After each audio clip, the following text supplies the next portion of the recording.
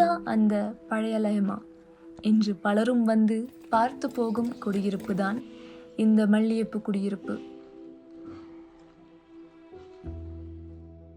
இந்த குடியிருப்பு 150 வருடங்களை விட பழமையான குடியிருப்பாக கருதப்படுகின்றது. இந்த லயம் வந்து கடைக்கட்டி ஒரு 220 வருஷம் நினைக்கிறேன்.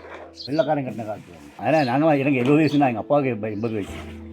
அதுக்கு முதல்ல கட்டினது இந்த காலத்தை கட்டினது வெள்ளக்காரன் கட்டினது.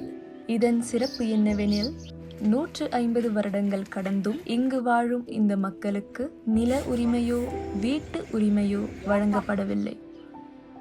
இந்த மல்லியப்பு குடியிருப்பில் வாழும் மக்கள் நாம் வாழ்ந்து கொண்டிருக்கும், நீங்கள் வாழ்ந்து கொண்டிருக்கும் இதே நாட்களில் இதே இலங்கை நாட்டில் இப்படிதான் வாழ்ந்து கொண்டிருக்கின்றார்கள் என்பது நம்புவதற்கு கடினமாக இருக்கலாம்.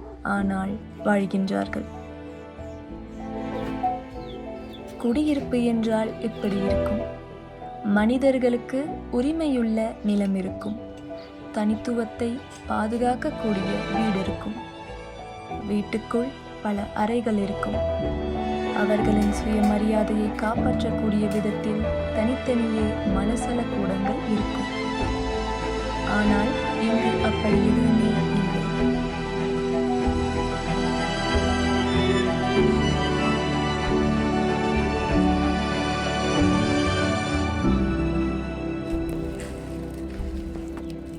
நூற்று 50 வருடங்கள் கடந்தும் இதே நிலத்தில் இதே நிலையில் வாழும் இந்த மனிதர்களால் உற்பத்தி செய்யப்படும் தேயிலைதான் இலங்கை மக்களும் உலக மக்களும் பெருமை கொள்ளும் இலங்கை தேயிலை என்ற பெருமையுடன் வலம் வந்து கொண்டிருக்கின்றது.